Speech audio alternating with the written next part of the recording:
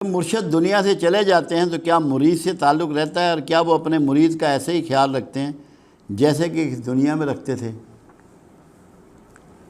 اس کی بہت سی مثالیں موجود ہیں جو ہمیں سمجھنی ہیں۔ سب سے پہلی مثال جو اس کی قائم ہوئی، علی بن عثمان حجویری علیہ رحمت پہ قبض کی کیفیت تعبیر ہوئی۔ قبض یہ ہوتا ہے کہ جو مشاہدات ہو رہے ہوتے ہیں، جو پیغامات آ رہے ہوتے ہیں، جو الہامات ہو رہے ہوتے ہیں، جو وجدان ہو رہا ہوتا ہے، وہ رک جاتا ہے، قبض کر لیا جاتا ہے۔ تو آپ نے کیا کیا اس سے نکلنے کے لیے؟ 125 زندہ ولیوں کے پاس گئے، 125 زندہ ولیوں کے پاس گئے، اور 135 ان ولیوں کے پاس گئے جو قبروں میں تھے۔ اگر ان کو یہ پتہ ہوتا کہ یہ تو میری کوئی دعا میرے لیے نہیں کر سکتے، کوئی ٹیچنگ مجھے نہیں دے سکتے، تو کیا علی بن عثمان حجویری المعروف داتا گنج بخش یہ حرکت کرتے؟ سوچنے کی بات ہے، سوچئے ذرا۔ اس کا مطلب یہ ہے کہ انہیں پتہ تھا کہ یہ میرے لیے دعا بھی کر سکتے ہیں اور میرے لیے کوئی ٹیچنگ کا یا کوئی طریقے کا اندازہ بھی بنا سکتے ہیں۔ دوسری بات دیکھیں، انہی داتا صاحب کے مزار پہ معین الدین چشتی اجمیری رحمۃ اللہ علیہ نے چلہ کیا، جب مراقبہ کیا، کہ جب اٹھے تو شعر کیا لکھا، جب اٹھے تو شعر کیا لکھا؟ گنج بخشے فیض عالم مظہر نور خدا، ناکساراں پیر کامل کاملارہ رہنما۔ اب وہ کاملوں میں تھے معین الدین چشتی، بہت بڑے اللہ کے ولی ہیں، بہت بڑا نام ہے، تو وہ خود کو کہہ رہے ہیں یہ کاملوں کے بھی رہنما ہیں۔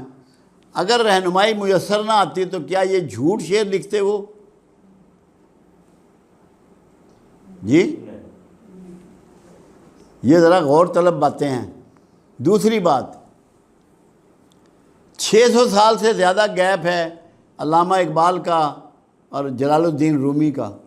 ان کو مرشد مان رہے ہیں، ان سے ٹیچنگ لے رہے ہیں، ان سے دعائیں لے رہے ہیں، ان سے گائیڈنس لے رہے ہیں۔ میاں محمد بخش رحمۃ اللہ علیہ کا پیر شاہ غازی سے 350 سال سے زیادہ کا فاصلہ ہے، وہ ان کو مرشد مان رہے ہیں، وہیں دفن ہو رہے ہیں، ٹیچنگ لے رہے ہیں۔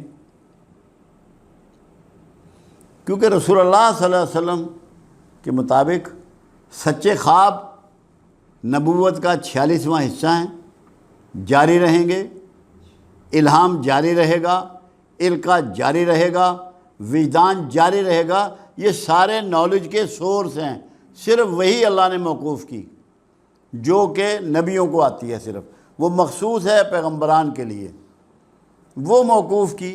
باقی سارے سلسلے جن سے علم آ رہا ہے، ادراک آ رہا ہے، روحانیت آ رہی ہے، حکمت آ رہی ہے، دانائی آ رہی ہے، وہ جاری ہیں۔ میں اب ذاتی بات آپ کو کر دوں اس میں، آج مجھے کرنی نہیں چاہیے، کبھی نہیں کی۔ الحمدللہ پروردگار عالم نے اپنے ایسے بندوں کے ذریعے جو عظیم اولیاء میں شمار ہوتے ہیں میری ٹیچنگ کی ہے، میری رہنمائی کی ہے، میرے لیے دعائیں کی ہیں۔ میں اپنی بات کر رہا ہوں، مجھے کرنی نہیں چاہیے، میں نے کبھی نہیں اس طرح کی بات کی۔ مجھے تو اس معاملے میں وہم ہی کوئی نہیں ہے، کوئی وہم نہیں ہے، کوئی وسوسہ نہیں ہے، یہ جاری ہے، جاری رہے گی۔ شاعر لوگ رومی کے مزار پہ جاتے رہے ہیں کہ ہمارے شعروں میں جان پڑ جائے، ہماری شاعری بہتر ہو جائے۔